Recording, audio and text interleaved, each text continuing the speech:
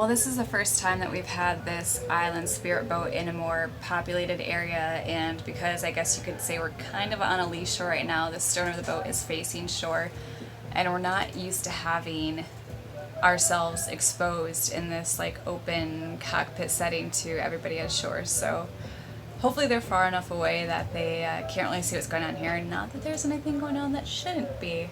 But we're just going to kind of like chill and watch some Big Bang Theory on my computer tonight, but it's still kind of weird that we can see all of them on shore behind us, so we have to wonder how much they can see us here. But either way, cool. It's nice to be around music and liveliness. Again, we've loved our time in the archipelago of the Koh Chang Islands, but sometimes you just like need the extra stimulation around you.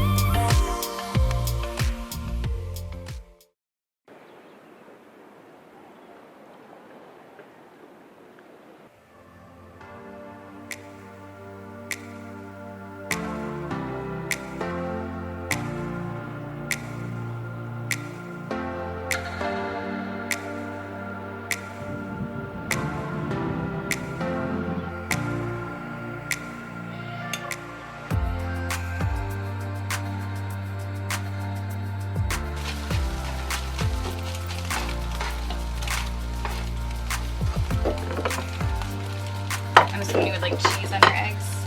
I would love some of it. Alright, so I'm gonna have to like take these off for a second and I have some cheese. Man, give me a little shot of coffee and I'm all blah, blah, blah, blah. It's like Jessica on Energy drinks.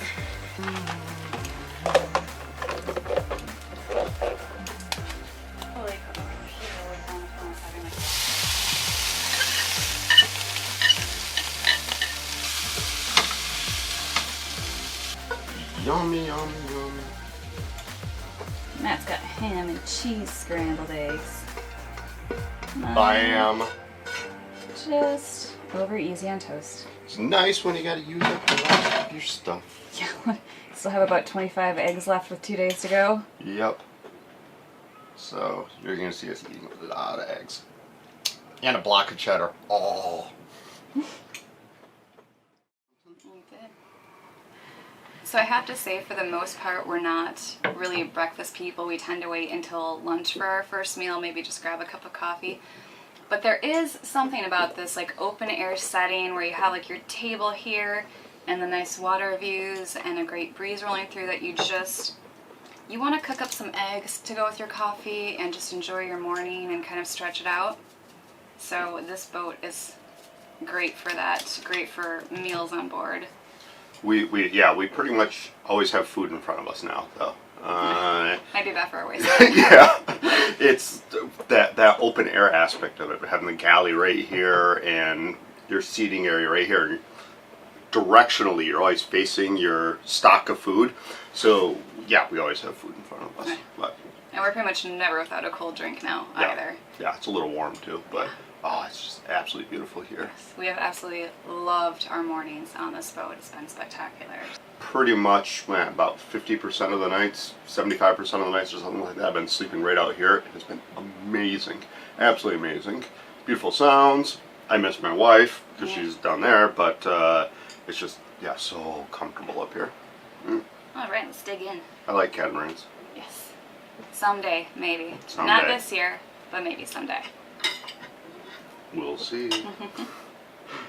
I haven't bought a boat in like 4 years. It's been quite some time. And there's plenty around here. Yeah, a lot for sale. We have a very important job ahead of us today. And that is waterfall hunting. Right now. More importantly, it's scooter day. It's scooter day. Scooter day. We love scooter days. And we're going waterfall hunting with our scooter. And it's the cheapest scooter we've ever gotten. Yes. $7 US roughly. 6, 7 US, something like that. Yeah, $750 I think it equates to. And it's a Honda 125. Bam! Lots of power between Matt's legs. Don't say that. Yes. Definitely the fastest scooter that we have been on. And so now we have just paid our entrance fee to the Klong Plu Waterfall, I believe it is. The most popular one here in Koh Chang. 3 tiers. Nice sunny day. Matt's got his suit on. So hopefully we're in for a treat. First reactions to the waterfall? 2 thumbs up. It does look pretty from back here. We'll have to inspect it from closer.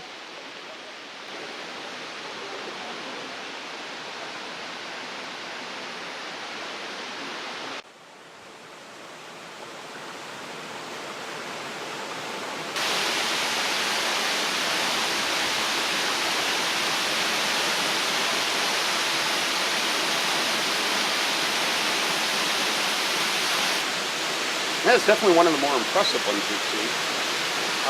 Not as much greenery around it. You can't quite get right to it. Well, you could, but it's probably pretty dangerous. Done well.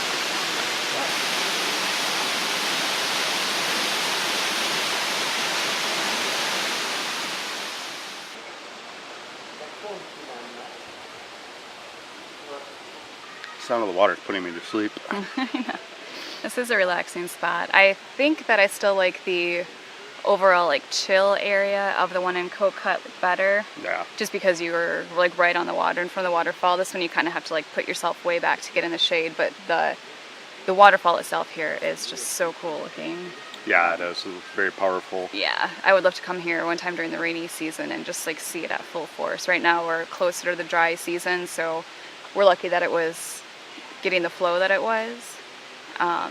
But looking down at the pools in the water, we're not sure if we're going to go swimming, but there's all these fish gathering by people. So Jess is scared. I'm not scared. Mm-hmm. I'm just wondering if they're the kind that like nibble your toes. That'd be fear then. No, I would let them nibble my toes. I'm just curious. Oh, okay. So, Just curious. Just curious if they are or not. Curious if I should get the GoPro or not and get in the water with them.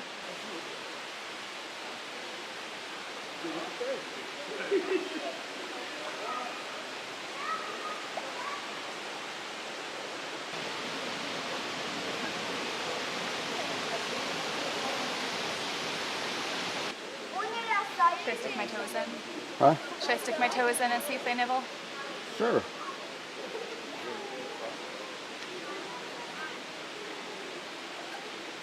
Smooth slippery.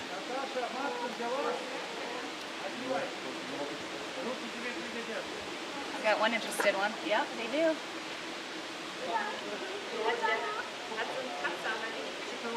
It's like a free pedicure.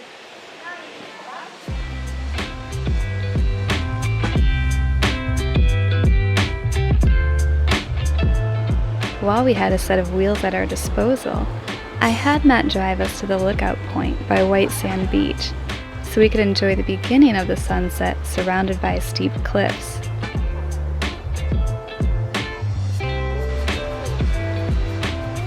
And then we drove back down to watch it dip below the horizon at sea level with waves lapping at our toes.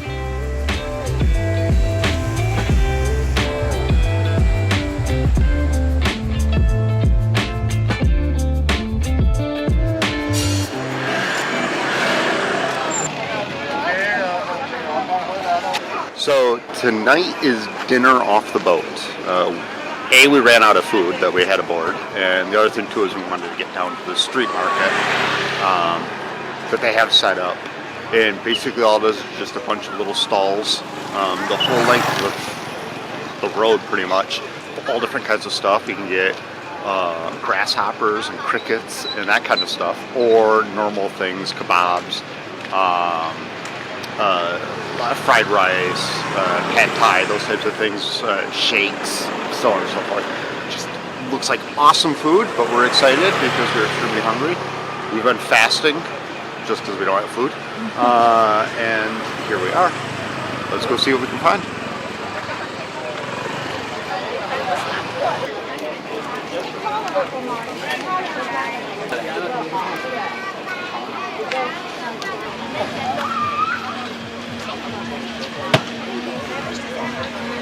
Bacon red mushrooms.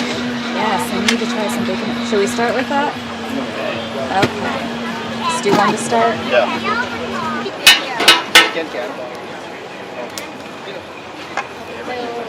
Yeah, there's like coolest little mushroom sprout little things. I've never seen anything like it. It's all stem with just a little cap on it. Sizzling. But the most important part is that bacon. Bacon, bacon, bacon. Most important part, the bacon. Got some lemon added to it. That's when I test it out. Nope. I'm gonna test it out. Alright, well we gotta trade here a second. Yeah. Nice little appetizer. Not quite sure how you go about eating something like this. Don't be bashful. I'm gonna stick these back in here.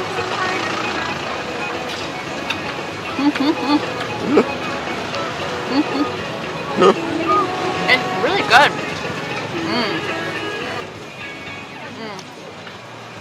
Wow. The lemon actually makes it taste like a like lobster or crab meat. It's kind of strange, but for 20 baht, 60 cents, not a bad little treat.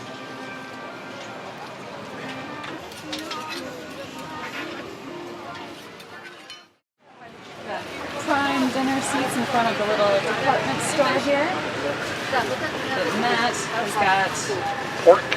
pork kebab. I think this one's a pork and the other one's a chicken. Nice. Yeah. Justin's got a big thing of pad thai Oh yeah. for 50 baht, which is roughly like what, $1? 70? No. Well, yeah, about $1.70 for a huge meal of pad thai. Crazy. With shrimp. Yeah, with shrimp. Crazy. Absolutely crazy, but we shall see. And this is my dinner here. All this food for 50 baht. Only downside is the styrofoam packaging. That's one thing we can't seem to get around here. And it's better to go to restaurants where they wash and reuse plates and silverware. So yeah, not quite as environmentally friendly, except for Matt, like when you get the skewer and dish the plastic bag. But yeah, price-wise, still a good deal. So we love our street market night food stalls. Yep. And the good thing too is they are moving through food so incredibly fast here. Everything is just, they just keep bringing out more trays and filling it up and cooking all the stuff, so you know the stuff hasn't been sitting out, so it's all freshly done, which for street food, that's probably the biggest deal, is if it was done quick or not. On our way back to the base right now to return the boat. Sadly, yeah, Very this is sad. kind of tough to give this up after 2 weeks. 2 weeks. You finally become comfortable with something, and you found your favorite little spots. Yeah, there's some anchorages. Well, we loved them all, but Yeah, we loved them all. there's some places, some of the snorkeling was just absolutely incredible. Oh my gosh. It's Such a beautiful unreal. spot that, yeah, we could do another 2 weeks, and another 2 do weeks, another and few another months. 2 weeks, yeah. Yeah, it's not good when you fall in love with every place you go.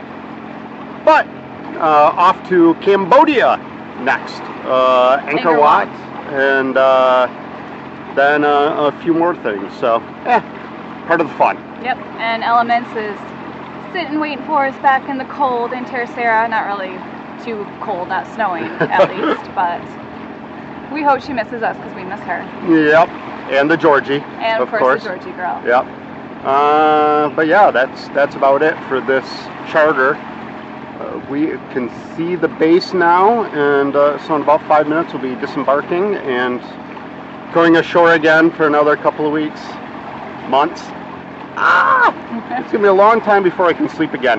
Yeah. I can't sleep on land. Oh, and it felt so good to be at anchor. Yes, having the breeze come through, and I miss anchor, miss boats.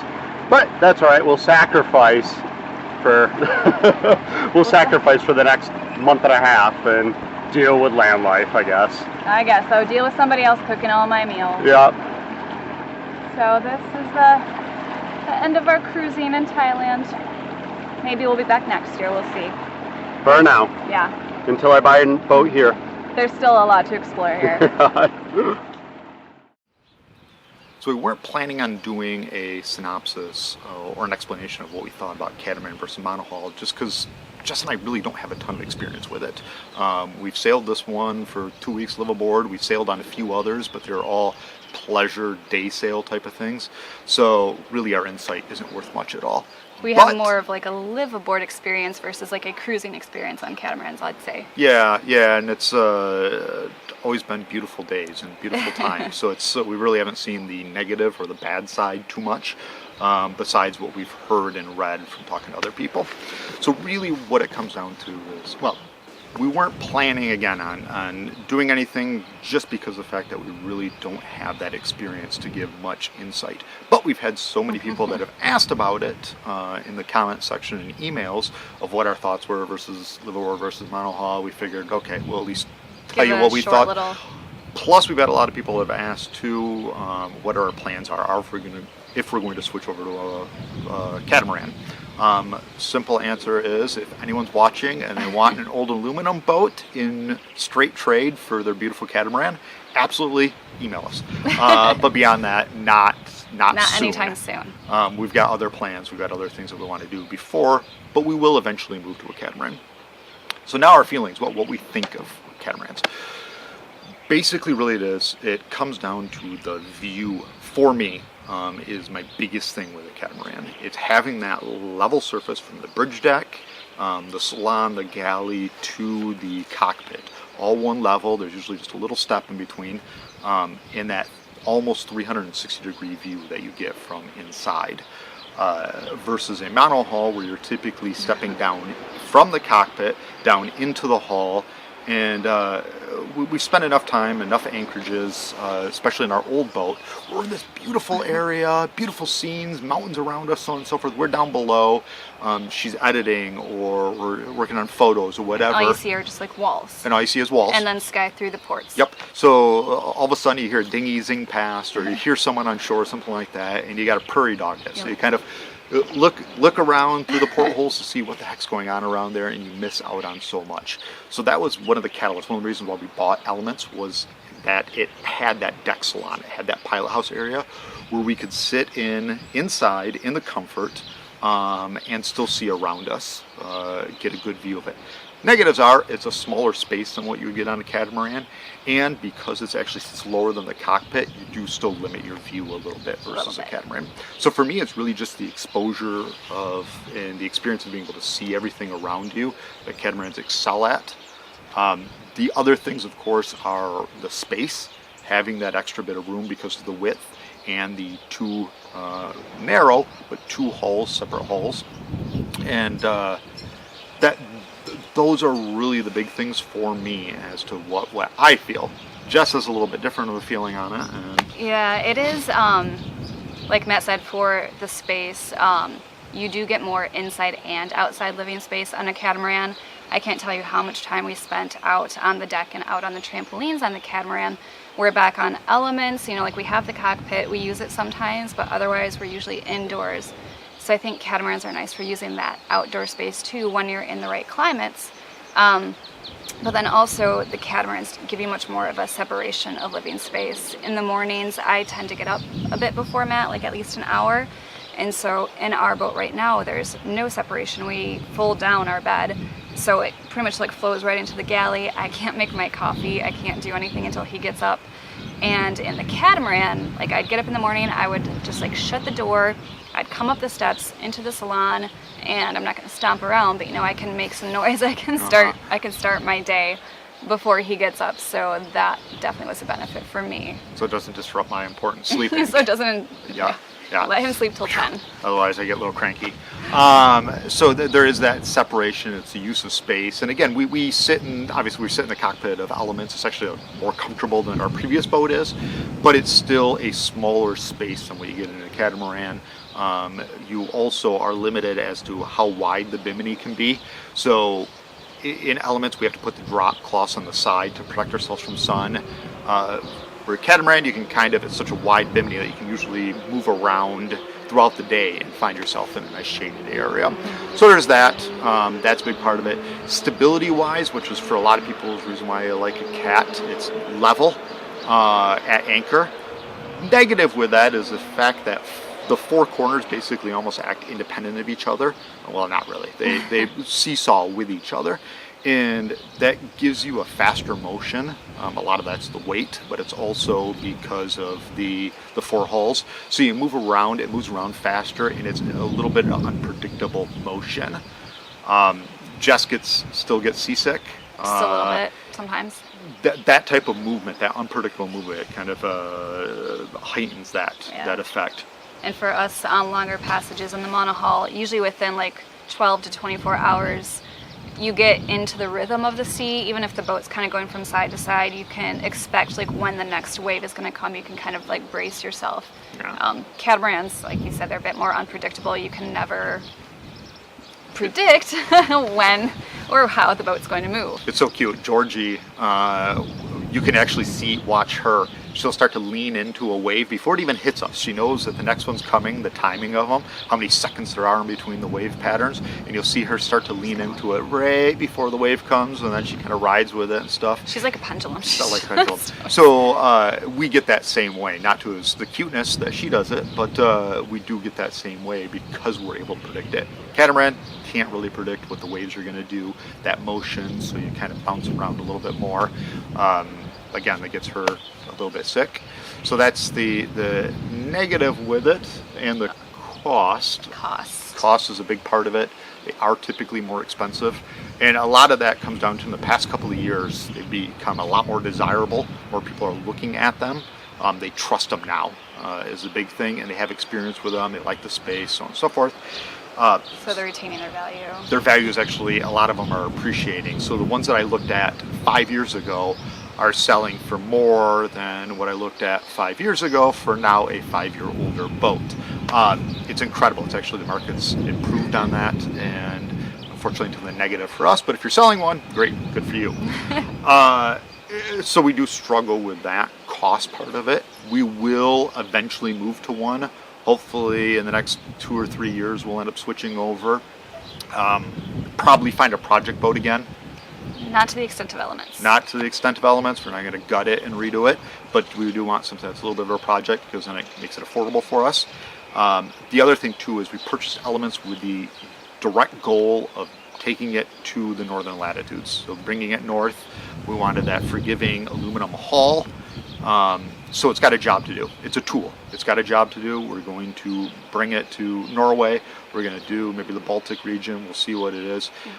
Experience that. So in the next 2 years, that's what we plan on doing. At that point, then we'll reevaluate it and see if we want to switch to a catamaran for doing the Med or South Asia or doing back to the Caribbean or what. It depends on what our plans are is going to be the next stage. So that's a big part of it. Again, Elements, we love her. She is a very good size for us. Yes. That was a big question.